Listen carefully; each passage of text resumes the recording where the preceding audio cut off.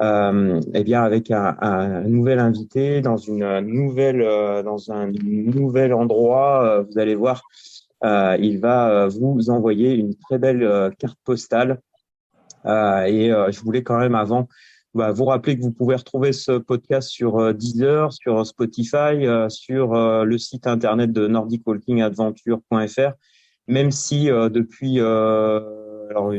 j'ai appris depuis 8 jours que on est attaqué par plein de virus. Alors on est en train de dépatouiller tout ça, donc voilà. Mais en tout cas, on travaille pour récupérer notre site. Et après cette attaque virale, il n'y a pas que le Covid en fait, mais c'est comme ça. Et puis vous dire aussi que vous pourrez retrouver ce podcast sur le site Pratique Marche Nordique. Voilà. Puisque aujourd'hui on est sur une station Nordic Walk, donc c'est une station du réseau On Piste. Ces espaces proposent des parcours permanents, à la fois de trail, de vélo, mais aussi de ski de randonnée pour les amoureux de sports d'hiver et aussi de marche nordique. Eh bien, aujourd'hui, on va retrouver notre invité sur une de ces stations Nordic Walk qui est située dans le sud. Il va nous en parler, mais il va nous expliquer un petit peu où est-ce qu'il est. Je vais accueillir Pierre-Olivier. Bonjour Pierre-Olivier. Oui, bonjour David. Comment Bonjour. comment va comment vas-tu? Oh ben écoute, moi je vais très bien. Je suis parti ce matin. Ça va faire 1 heure et demie que je m'élève. Je marche en direction du Gare-Laban. Ah, Voilà. super, Donc, super. je suis vraiment très très bien. Il fait un temps super. Écoute, je suis parti, il faisait quand même 5-6 degrés. Bon, là, ça a dû monter à 8. Il y a un soleil magnifique. Je crois qu'il n'y a pas un nuage, sauf un gros cumulus, un stratocumulus qui est au bout là-bas, Ouais. c'est plutôt joli à voir. Mais voilà, donc je suis vraiment très bien. Il fait beau, il fait chaud quand même. Hmm. Donc voilà, je Est-ce que suis tu très peux très bien. nous dire un petit peu quel marcheur tu es, où est-ce que tu marches, dans quel cadre tu marches, tout ce que tu fais aussi, parce que je sais que tu fais beaucoup de choses et que tu es très actif dans l'activité de marche nordique, mais pas que. Voilà, si tu peux nous dire un petit peu quelques mots. Je sais que, enfin, moi, je suis venu sur ce site et c'est vrai on a eu la chance de parcourir l'endroit dont tu vas nous parler ensemble au mois de octobre. Et Après l'Aubagnès. voilà, après l'Aubagnès, voilà. Et l'Aubagnès, je crois que c'est un moment important hein, pour toi et pour ton club. Ah oui, ouais, ouais, complètement. Bah, écoute, moi, j'ai commencé la marche nordique. Alors d'abord, j'ai un statut de retraité depuis février, mais en fait, j'ai on va dire trois activités. La première, bon, dans le désordre, je suis moi coach marche nordique forme et puis premier niveau aux compétitions. Et depuis peu, juge aussi marche nordique. Je suis aussi vice-président de mon club UAVH et Aubagne, Union athlétique de la vallée de l'Uvonne. Et là, on a environ 350 athlètes, 350 licenciés. Donc sur piste et hors piste. Hein. Donc c'est une belle activité. Et puis j'ai aussi une très grosse activité puisque j'accompagne mon fils qui est apiculteur professionnel. Et donc je suis un apiculteur aussi. Et je passe beaucoup de temps et encore plus parce que depuis peu parce que j'ai été piqué par les abeilles et j'ai acheté 100 ruches. Voilà, et donc tous les deux on en a 300. Donc D'accord. c'est pas mal de c'est pas mal d'activités et puis surtout une passion. Ça m'a piqué. C'est vraiment une passion l'apiculture et tout ce qu'il y a à l'intérieur de cette vie, la vie des abeilles. Voilà, peut-être que j'en parlerai un petit peu plus tard dans cette carte postale. Eh Voilà. bien, Sinon, pour mon club, alors la marche nordique, on est 45 licenciés marche nordique avec 4 coachs. On a mhm. repris ce club, enfin cette activité il y a 2 ans, enfin presque 3 ans, nous étions une vingtaine, on est à 45 maintenant, donc l'activité se développe. On a, enfin, la chance, moi, c'est vraiment du bonheur d'avoir cette équipe. Je parle d'équipe parce que c'est une grande famille, la marche nordique, que ce soit les coachs et puis les licenciés. Voilà, donc c'est 4 sorties par semaine et vraiment, alors le mardi et jeudi soir, où on fera plus, peut-être on en parlera, mais on est plus sur du travail technique, et puis le vendredi matin et le samedi matin, où là on est en nature, on a une dizaine, 10-15, je dirais, parcours tout autour d'Aubagne, et dont celui que là aujourd'hui de la carte postale, qui est je dirais le vallon de Fond-de-Mai, en s'élevant jusqu'au col d'Aubignan. Voilà. Super. Donc là, tu nous as précisé un peu plus où on est. Alors, comme traditionnellement dans ce podcast, on va proposer aux auditeurs de se plonger dans la carte postale visuelle, parce qu'on est vraiment, on va travailler sur ta bibliothèque mentale et ce que tu retiens toi de ce parcours et pourquoi aujourd'hui tu le parcours et ce que tu ressens quand tu le parcours. Donc, ce que je te propose, c'est qu'on fasse une petite pause et on fasse une grande inspiration-expiration avant de débuter cette carte postale. Est-ce que ça te convient? Ouais, j'y suis dedans déjà. Super. C'est parti. Donc, voilà, comme ça, on fait une grande inspiration et une grande expiration.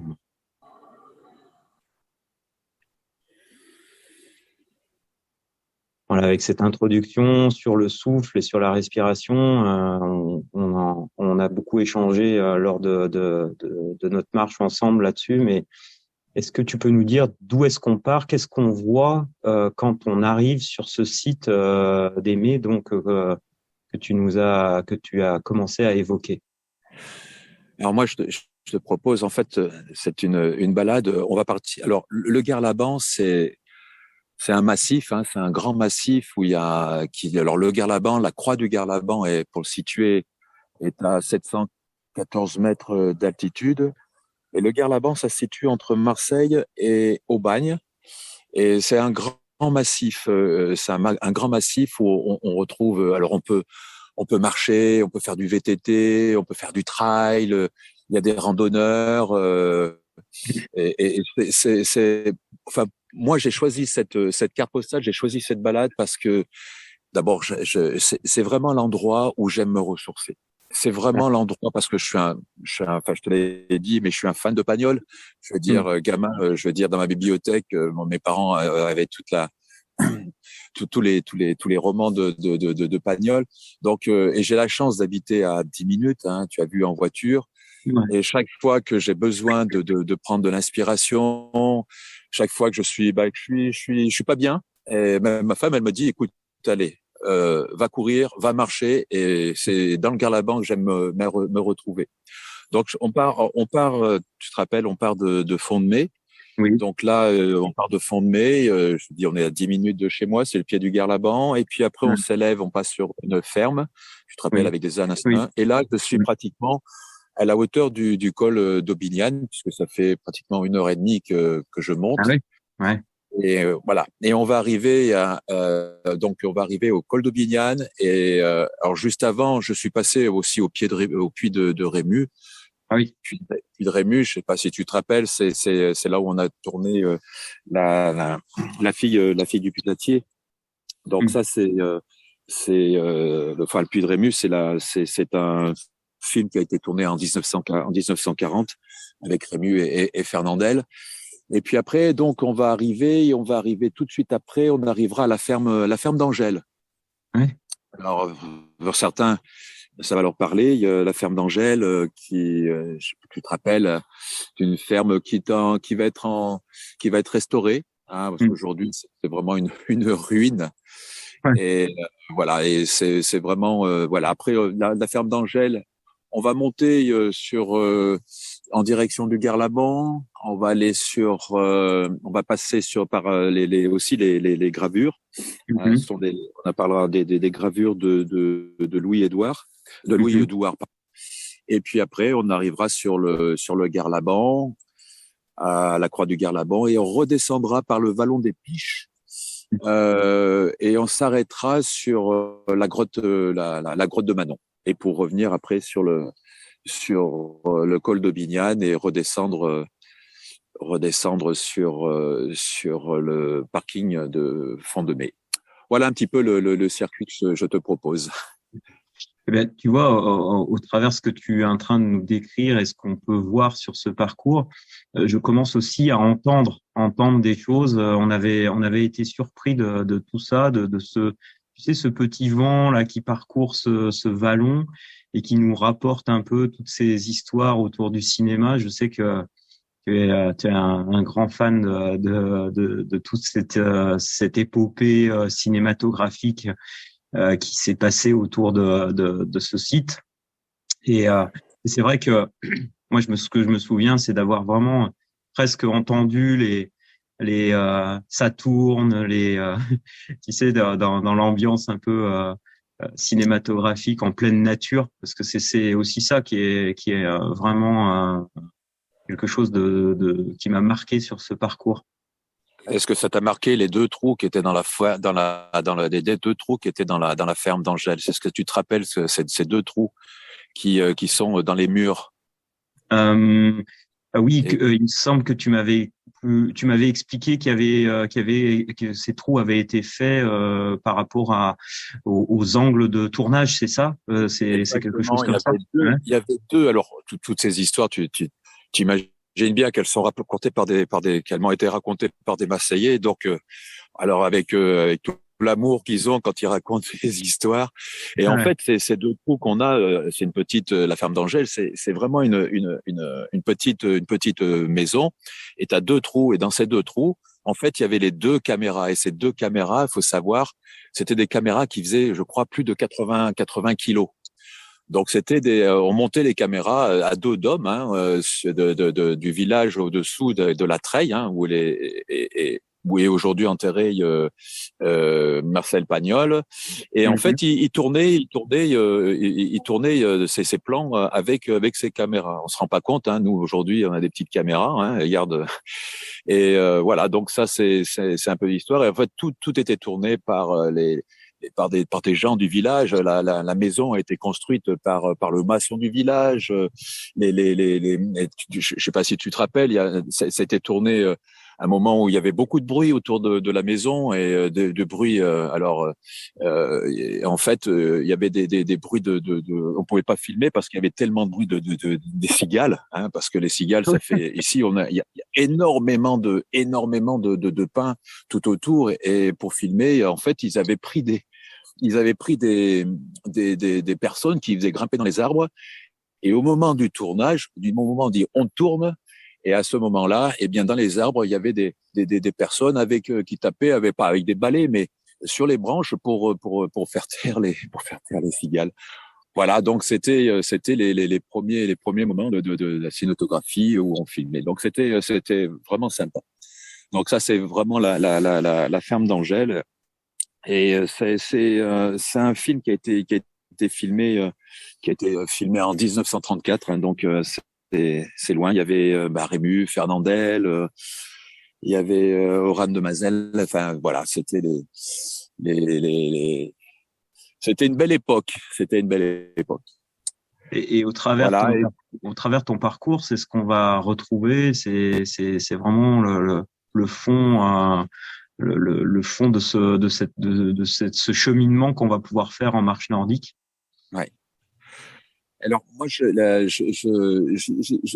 crois que j'y vais. Je fais cette balade aller une fois tous les 15 jours. Hein, Mhm. c'est un aller-retour environ de 3 heures. Hein. Je prends mes bâtons et puis voilà. Et c'est vraiment, je disais, c'est vraiment un moment pour moi de bonheur parce que c'est vraiment un endroit où je me ressource. C'est un endroit où, enfin, t'es vraiment dans des éléments naturels. Tu as l'air, tu entends, enfin, je veux dire, même le bruit du silence, tu l'entends tellement. Voilà, et de temps en temps, t'as quelques oiseaux qui viennent. Enfin, c'est un endroit où je me trouve bien. Ça m'apporte énormément de calme, de bonheur, et vraiment, je sors de là vraiment. C'est une grande plénitude. C'est voilà, tu vois, je l'ai partagé la semaine dernière avec, j'y pense parce que j'ai un ami qui est parisien et qui était pas bien. C'est Paris, le business, la pression, tout ça. Et je lui ai dit, écoute, viens me voir. Et puis on va programmer. D'abord, j'ai fait une petite programmation initiation à la marche nordique, parce qu'il a des petits problèmes de dos. Et je lui ai dit que ça serait bien. Et je pense il m'a dit, ouais, je vais m'inscrire dans un club parisien.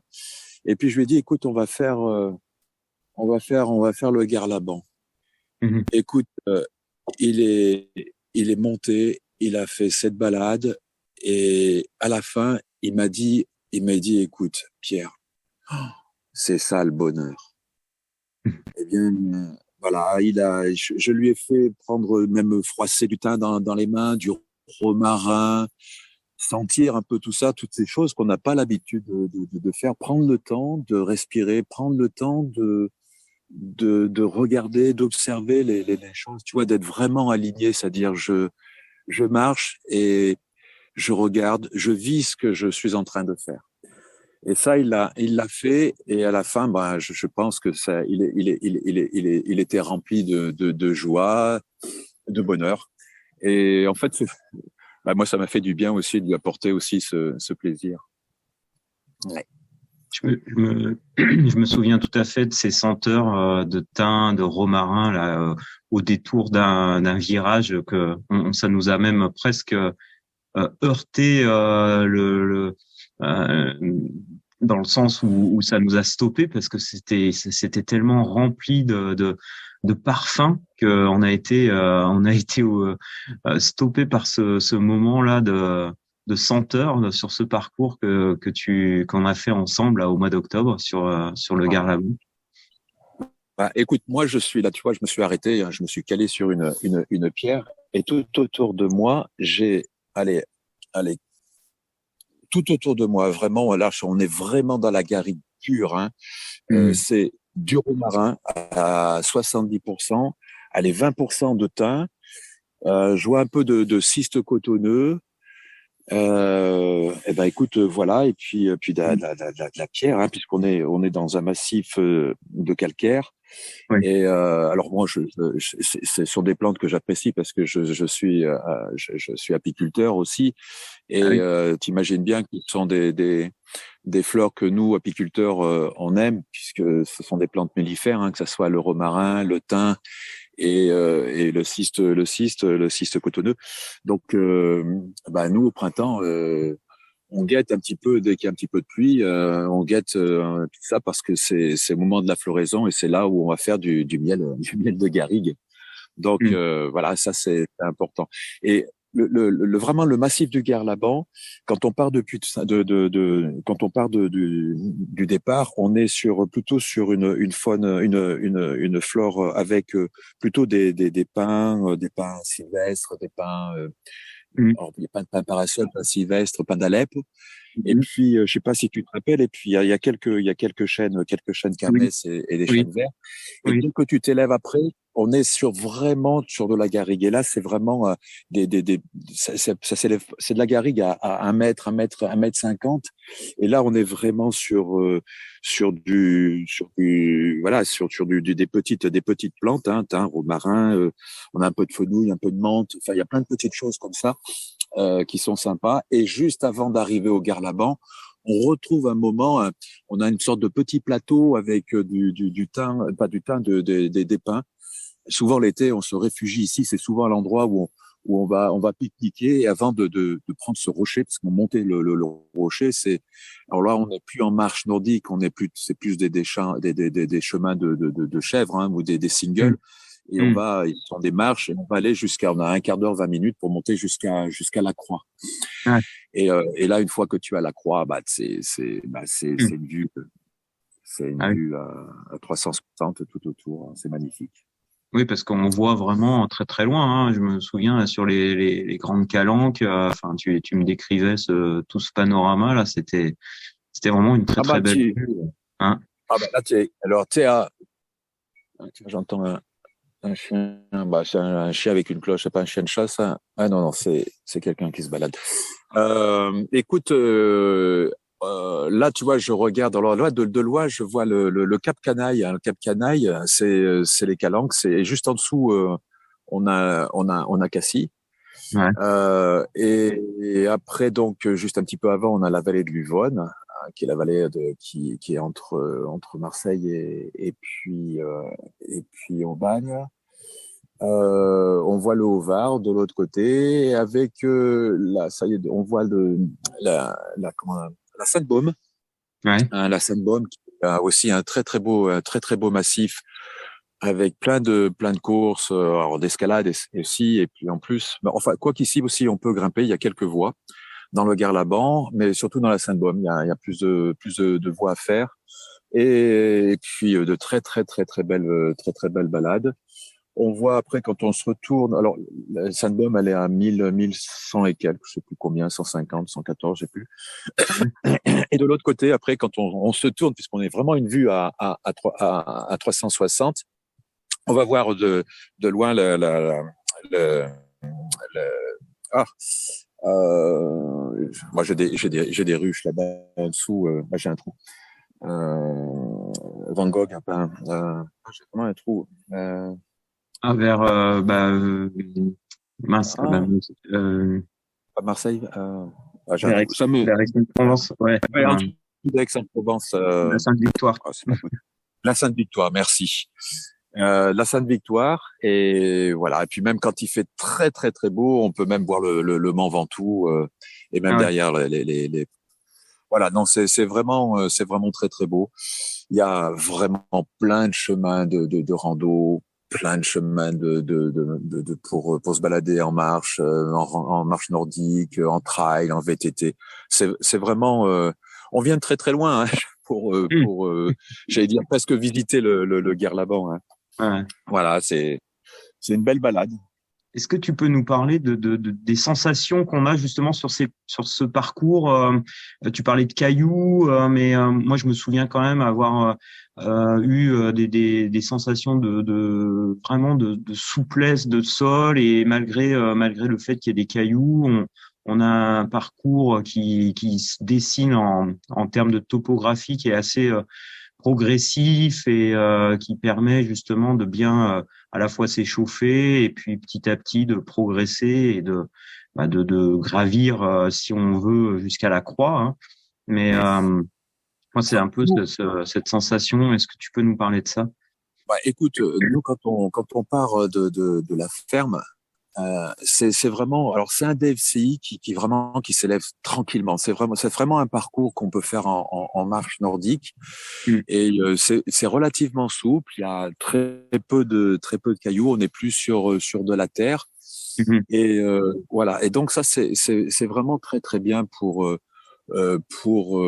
s'échauffer. Et puis après, quand on arrive au col de Bignane, après on est toujours sur un DFCI, mais alors celui-ci est un peu plus pentu. Et là, vraiment, on peut effectivement, on peut déjà un petit peu monter un petit peu en pression, et, Mm. euh, et se faire plaisir, jusqu'en bas je dirais, du rocher du Garlaban, parce qu'après, bon, c'est plutôt de la montagne à vache. Mais et puis après, quand on redescend sur le vallon des Piches, c'est pareil. Alors là, on n'est pas sur un DFCI, on est sur un single, sur un sentier où on peut Mhm. marcher, soit seul ou à deux, hein, suivant Mhm. les endroits. Et là, Oui. c'est vraiment un sentier de terre, bon, Mm. quelquefois un petit peu de cailloux, Mm. mais c'est vraiment très très facile. Et puis vraiment, quand on est à cet endroit, bien sûr que tu marches, mais tu prends aussi le temps d'observer, d'écouter, d'observer la nature, et Mm. parce qu'il y a toujours des choses à voir, et Eh de oui. l'écouter, Mm. de la sentir, hein. Moi, je sais que au printemps, il y a des moments où on marche pratiquement dans le thym et t'as des montées d'odeur de thym. C'est simplement magique euh, parce que enfin, moi j'adore, hein, j'adore aussi faire la cuisine, donc ça me rappelle, ça me fait remonter quand je fais des grillades ou un certain nombre de choses.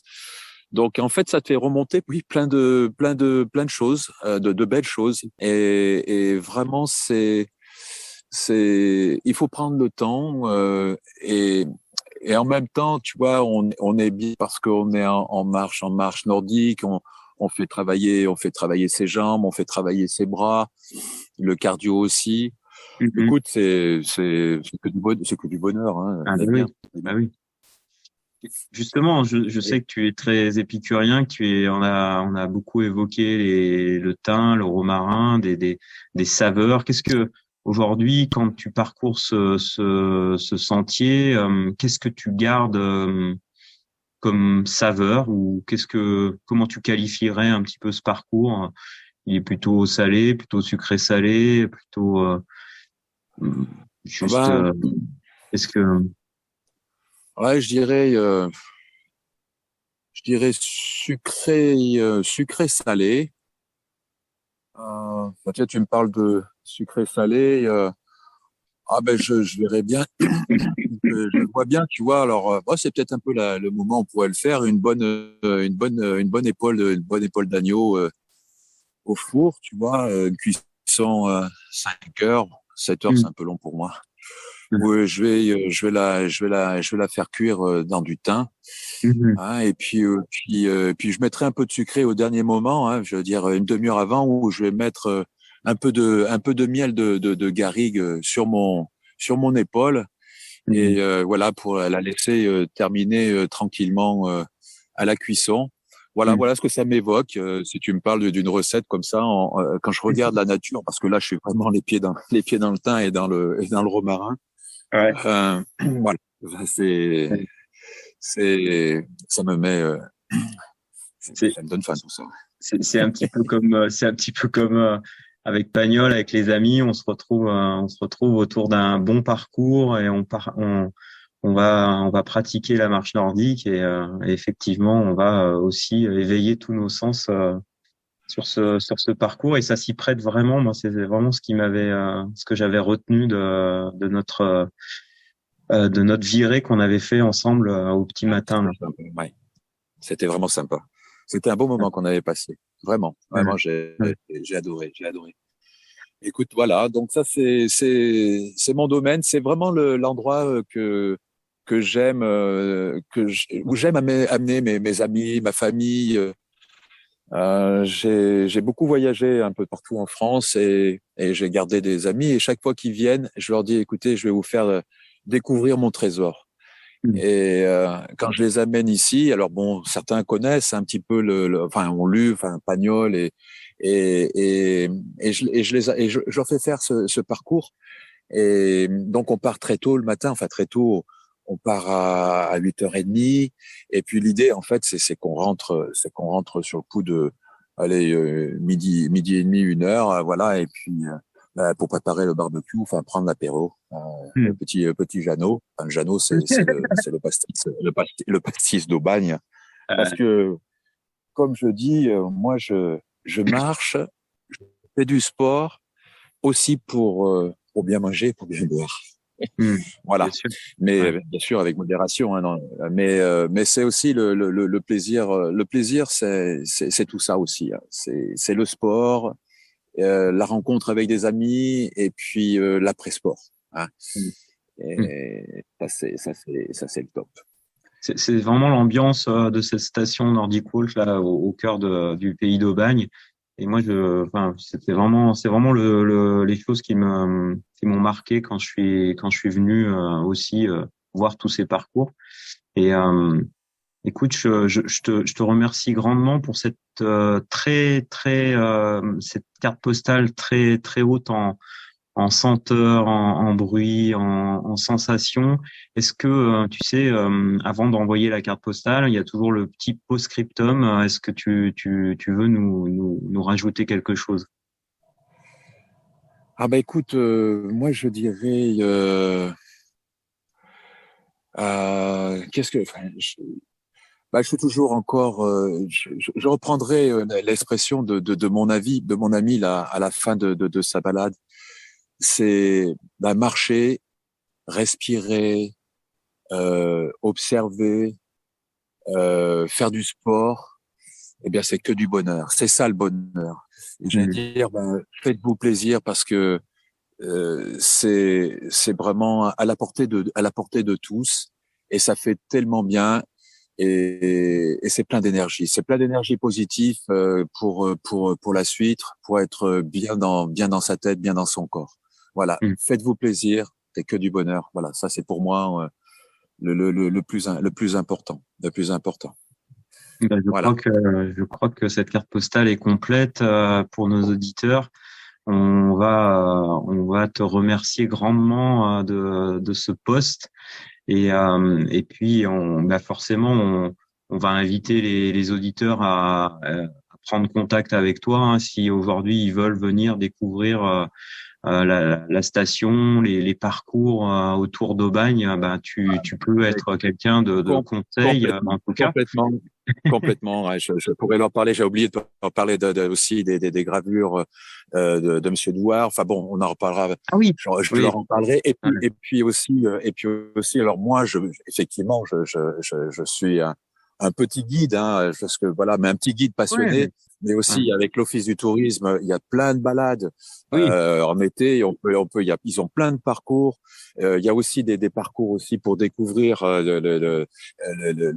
découvrir Pagnol avec des conteurs qui sont là, qui vont d'accord. raconter l'histoire. Il y a aussi des guides qui peuvent aussi les amener dans la gare Laban. Hein. C'est quand même, je crois, Ouais, 8000 hectares. 8000 hectares. Enfin, c'est gigantesque. Il y a tellement de balades.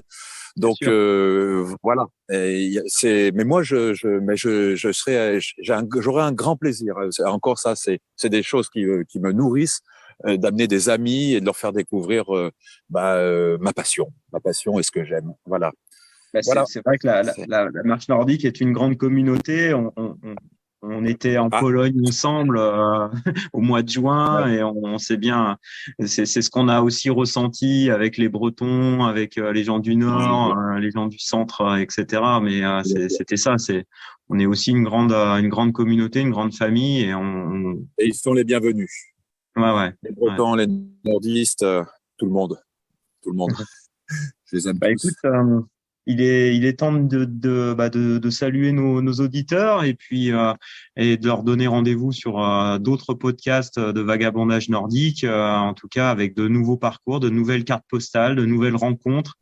Et moi, je suis très très heureux d'avoir enregistré ce podcast avec toi et je te dis à très très bientôt, Et de même. Pierre-Olivier. Hein, Ok, merci, bien merci. sûr, on retrouvera ce podcast sur les différentes plateformes. N'hésitez pas à aussi laisser des commentaires. Moi, j'en ai besoin aussi pour faire évoluer ce podcast. Et puis, pour le faire vivre, il faut le partager à vos amis. Voilà, n'hésitez pas à en parler.